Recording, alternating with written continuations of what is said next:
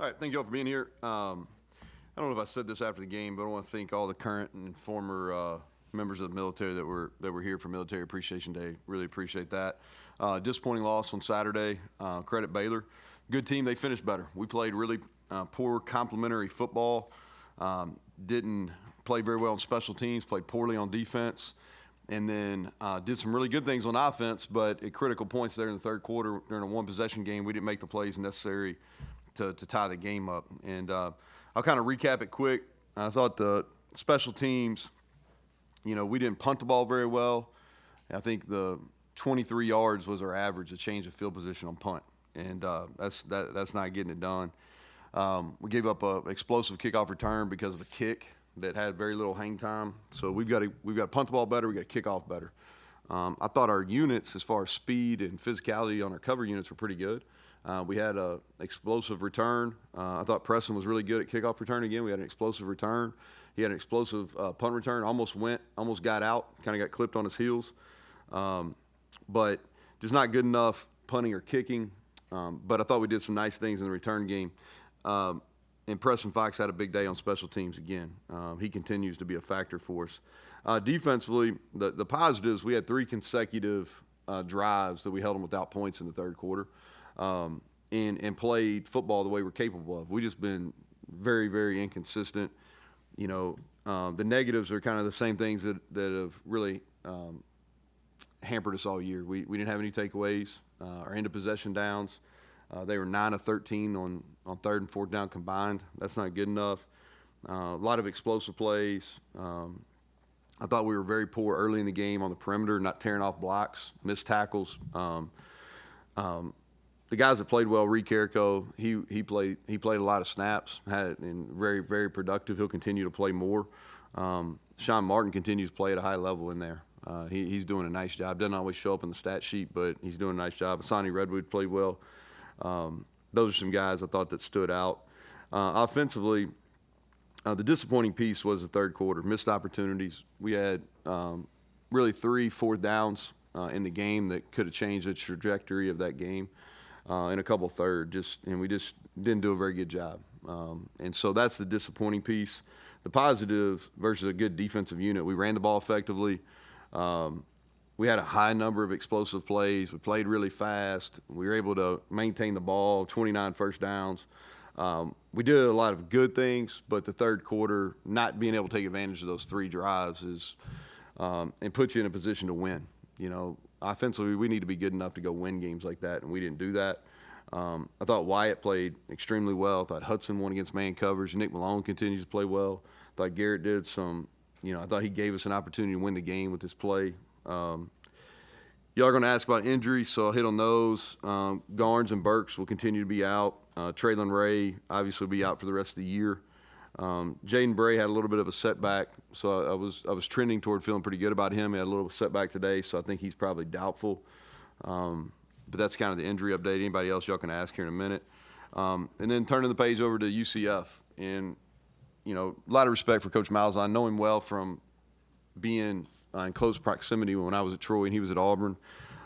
His teams always finish well. They play their best football in the month of November. If you look at his record as a head coach and what they've done at UCF in the month of November, it's impressive. They're coming off 2 really good games. A big win, a convincing win versus Arizona at home, and then a really close loss to a really good Arizona State team on the road in a game that they had opportunities to win. Just give you kind of a brief. It starts with Coach Malzahn. It starts with offense, and he wants to run the football, and they're one of the top rushing offenses in the country. It starts with their running back, Harvey. I think he's one of the most improved players. He was really good last year. I think he's elite this year.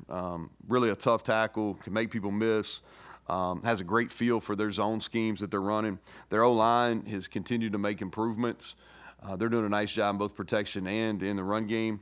They've got skill at wideout. They've played a bunch of different quarterbacks, but they've gotten pretty good play from all of them. I'm not sure who we'll see. They're playing 2 younger kids right now and playing playing them both a little bit. But the Risk kid has started the last 2 games. I think he's performed pretty well, and so I'd be surprised if we didn't see him. Defensively, 4 down. They made a coordinator switch 2 games ago, and since then they've played really sound football. 4 down front that that's really aggressive. If you look at their negative plays, tackles for loss, sacks, they're up in the higher points in our league. And like I said, back-to-back really productive games. The Arizona game, they got after them, and I thought they played well at Arizona State. And Arizona State's done some nice things offensively this year. Special teams, they've got Harvey back at kickoff return. He's a threat, and so we've got to be really good on our kickoff coverage. They're putting a lot of pressure on your punter. They're really coming after you. And their coverage unit, they're a fast team. They're a team built on speed, and so their coverage units are really good. So we'll have our hands full. Thing for us is just playing. We need to play full 3-phase game. We've been inconsistent. That's why we're 5-5, and that's what we're hunting.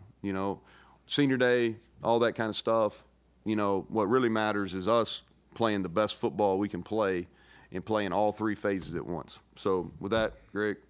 So go into a little bit more on senior day, just the emotions of it from a coaching side, and then players. Can you be a little too emotional as a player, and how do you handle it as a coach? It's one of the things I think in athletics we have all wrong.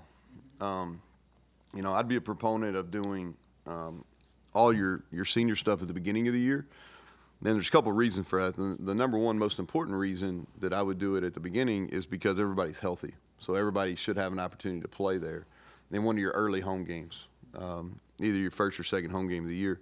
Second thing is there's still a lot in front of you when you're doing that, so it wouldn't be quite as emotional.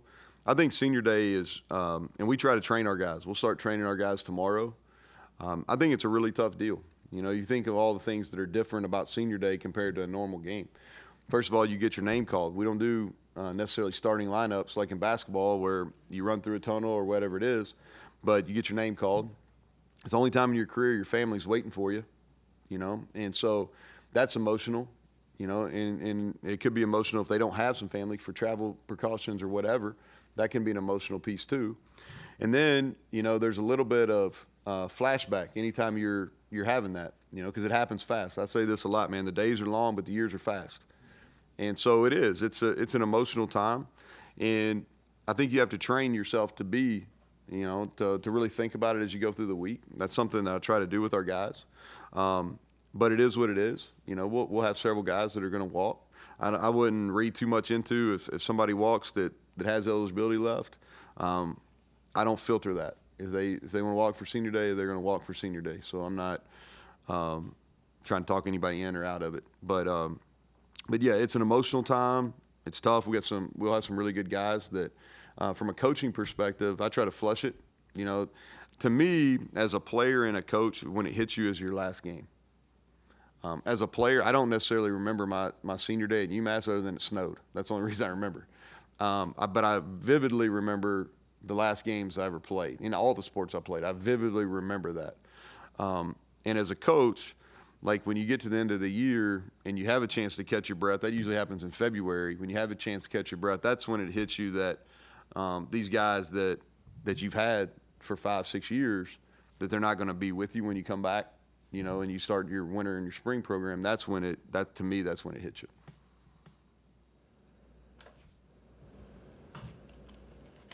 This will be a short press conference, guys. As defense continues to struggle, I know you guys have been working on it all year. Yeah. Is it still the same issues from the time that you've acknowledged struggling and tried to fix it, or anything new popped up, and what's left to work on?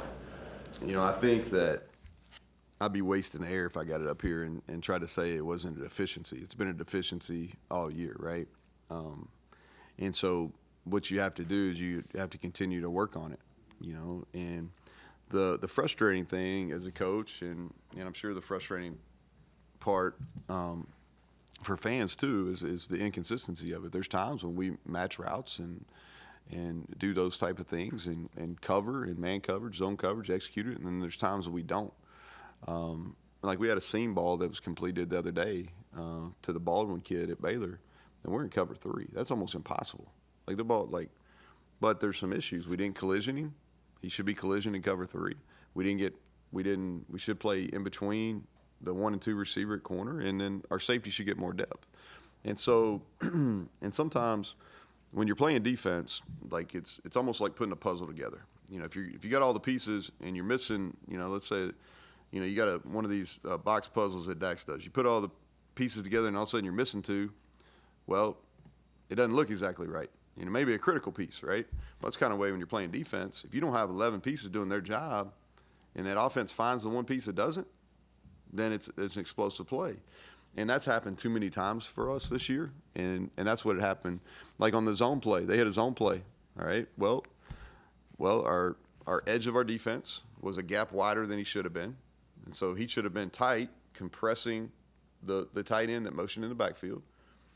Our linebacker was a gap too wide. Boom, that's out the gate. And now you're putting it on a safety that's coming at a bad angle, and that's a missed tackle, and that's really hard versus a good player.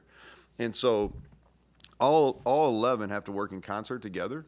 And when it doesn't, that's things like that happen against Baylor, against good teams. You can get away with it against teams that maybe aren't as good, but when it and that's an issue. Pass coverage has been an issue for us, and we've got 2 games, and we need to be better this week.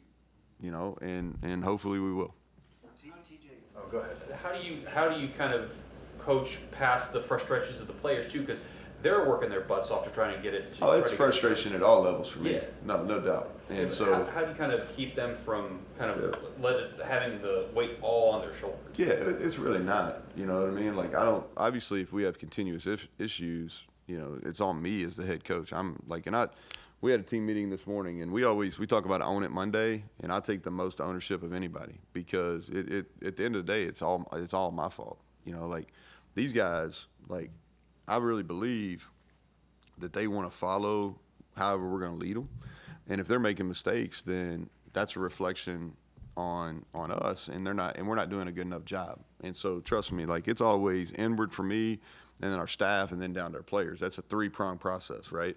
And I think they're frustrated too. They're frustrated too that we're not performing consistently.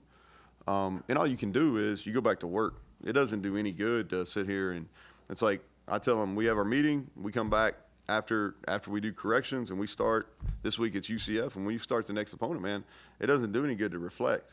It's about pushing forward, and that's what we got to do. We got to go to playing together. We got to put a plan together that's simple that we can execute, and then go try to do it against a really good offensive football team. What are you going to ask, Mike? TJ mentioned that he thinks one of the issues is still communication. Mm-hmm. And TJ who? D. Lyman? Jackson. TJ Jackson. Jackson. He thinks communication is still an issue. And he wasn't exactly sure why it's not translating from practice to the game because he thinks they're communicating and everything's fine during practice. Do you have any thoughts on that? Well, I would say my first thought would be I'm not sure TJ knows what the communication is in the secondary. Maybe he does. If he does, he's a really good player. Yeah, he's a really good player. If he does, he's got a really good conceptual. Now he is a smart player. I'm being kind of smart, but he is a smart player. But I think that our box communication has been pretty solid all year. We've had very few communication errors as far as that's concerned. We had some issues getting plays in where we weren't lined up on some tempo stuff. But as far as any change in fronts, we haven't really had many of those. I think the coach to player really helps.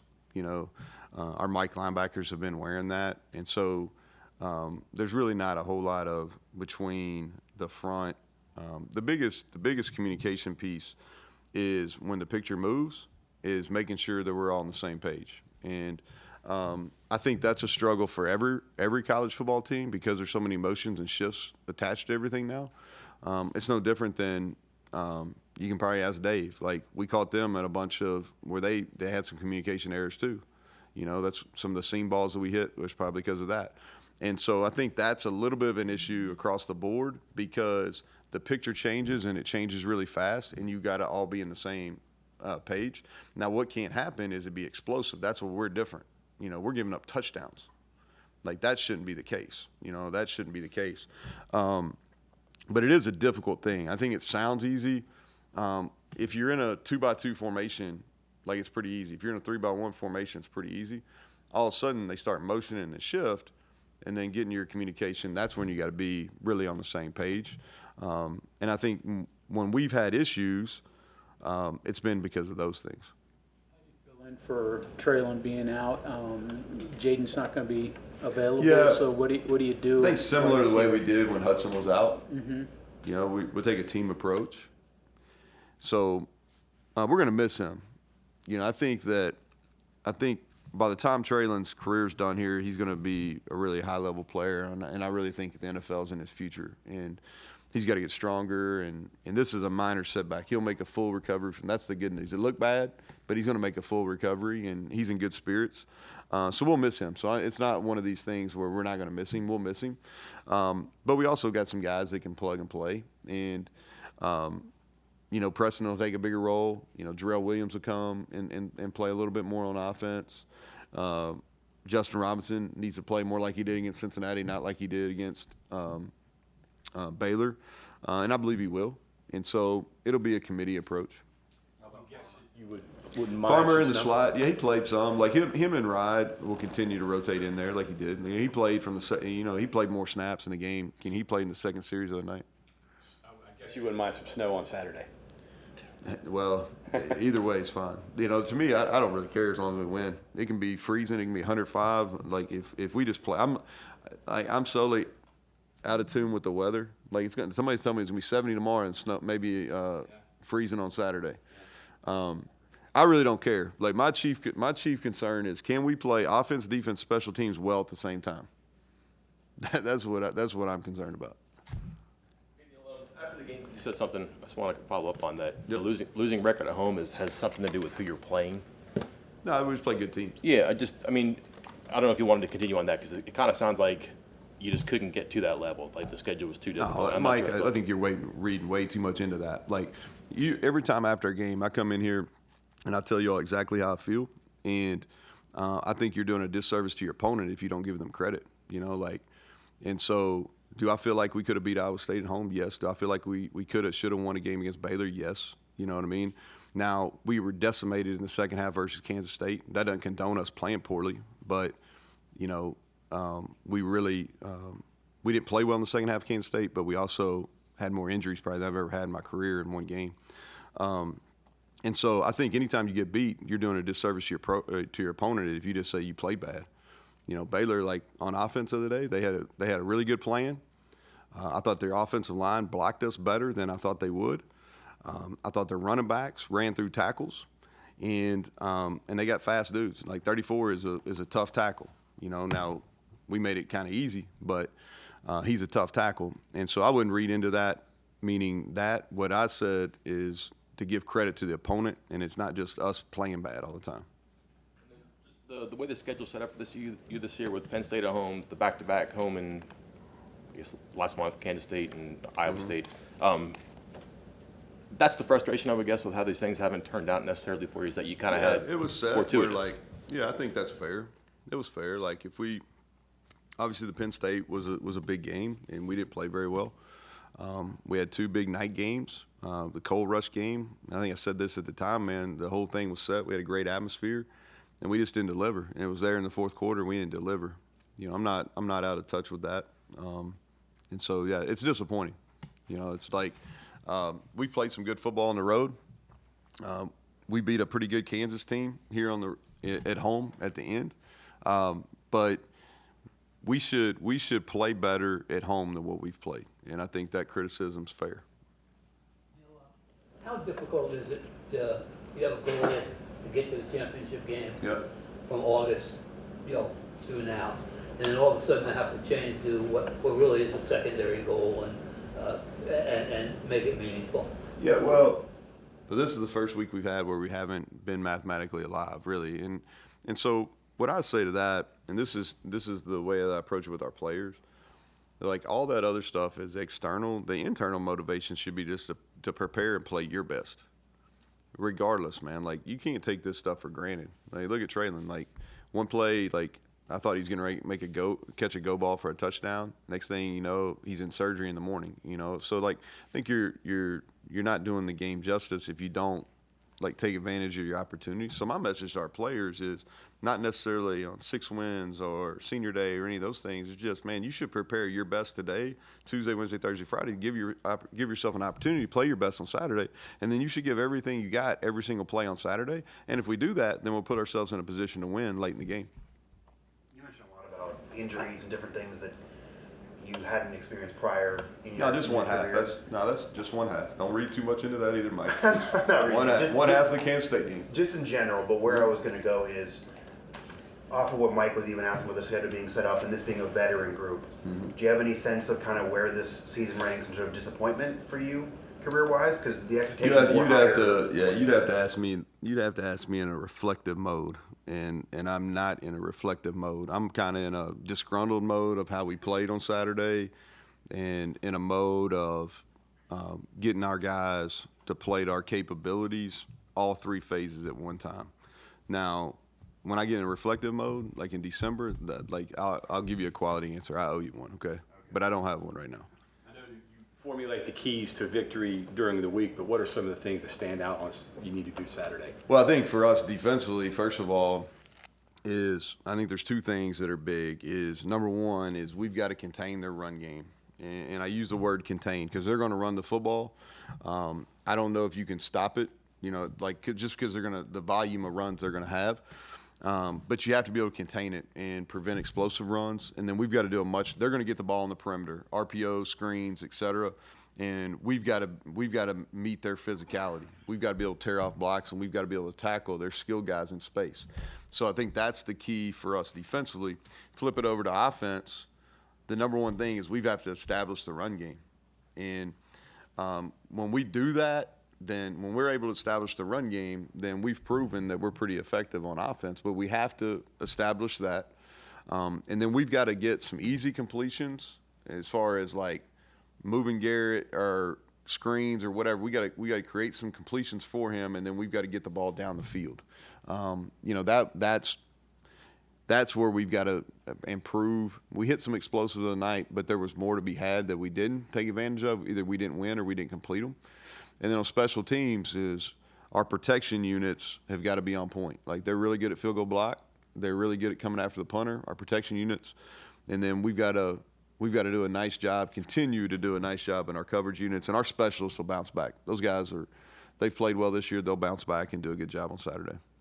TJ Jackson compared R.J. Harvey to Devin Neal earlier this year. Is that bigger and stronger? Would you say that's a fair comparison? Yeah. You've seen anyone like him yet? Yeah, I think both of them are elite. You start thinking about the running backs we played over the last 2 years, it's pretty impressive. If you just go back, and I was thinking about that last night. I was watching R.J. Harvey because a lot of respect for him. From a size perspective, he's a little bit heavier, but Devin Neal put on some weight too this year. TJ didn't play against him the year before, but he's put on some good weight too. But his ability to go from like a jump cut to full speed is very similar. And the thing that sticks out to me is he breaks tackles. And he breaks tackles. He does a really good job on the inside zone play of getting the safeties and everybody to kind of bottle up, and then he jumps cuts it outside and outruns them. And so that's going to be the key. The key is to contain him and not let him get on the perimeter for explosives. The last 2 games, maybe the tackling needed to be better. It sounds like that'll again be. Yeah. And we didn't tackle as good as we needed to at Cincinnati, and then we tackled really poorly in the first half against Baylor. I mean, it was bad. And so if we're going to have the ability to contain their run game, then we're going to have to tackle at a much higher level. The way you open the game, all the motion, the formation, the shifts, just what did that accomplish for you as far as like trying to see what you wanted out of Aranda and maybe planting seeds? Yeah, we're just trying to create communication. So we had a couple goals going into the game. Is we wanted to play with tempo, which we did, and we wanted to push the pace versus those guys. And then we wanted to make them have to communicate the second and third levels, and do that, and doing some gap exchange stuff in the run game. And we were a little bit different than we had been. I knew they had 2 weeks. Got a ton of respect for him, so he had 2 weeks to prepare for us. And so I thought we kept them on their heels. He found a couple answers in the third quarter. Wish we would have executed it a little better because there's a couple plays I'd like to have back, but there's also a couple that we could have executed better that would have continued drives that would have led to scores. 2 games left, a couple of freshmen that maybe can get some time, still keep the red shirt. Raymond, now that you need, has some. Yeah, he's got a chance. Like, we used him a bunch in Monday Night Football today. Like, I think he'll be up this week on special teams. Yeah, he's getting better at receiver too. He can run. Yeah, so he'll be, like I said, we threw him the ball a bunch of Monday Night Football today to give him some opportunity to show what he can do. Everybody else, for the most part, Jason Cross might help us a little bit on punt block, but everybody else, for the most part, Greg, that's. Nah, Byerson is. We're getting ready to. He's going to have a little surgery, a little surgical procedure. Nothing big, but we're going to do that now so he can get back for winter. Obviously, it wasn't the goal entering this season. You want to win a Big 12 title, but what is getting to a bowl game in general mean to you? How important is that to you? Yeah, I think it's just about playing well, man. Like, the goal is to win, and this win will get us to 6, it'll get us to 5 in the league. But to me, and I keep coming back to this, and I don't mean to sound like a broken record. To me, it's about playing well, special teams, offense, and defense at the same time. And we haven't done that enough consistently. We've been an inconsistent football team. That's why we're 5-5, because we've been inconsistent. And so to me is, how do we finish out this month playing at our best in those 3 phases together? All right, and if we can do that, then we'll be a really good football team. We'll have a chance to win versus Central Florida. We'll have a chance to win the following week. But we've got to do that. Yeah, you're good. Finish up. Garrett, I don't know the play calls, but it looked like some RPO stuff in there too. Yeah. Just what do you think is evaluations for hits and misses there? So I think with Garrett, he gave us the best way I can say this is he gave us an opportunity to win, and he ran the ball. I don't have the number of explosive plays he had, but there were several. And he threw some big time balls in the seams, but there also were some critical plays he didn't make. And so we've got to, and he's an older player, but some of who he is who he is.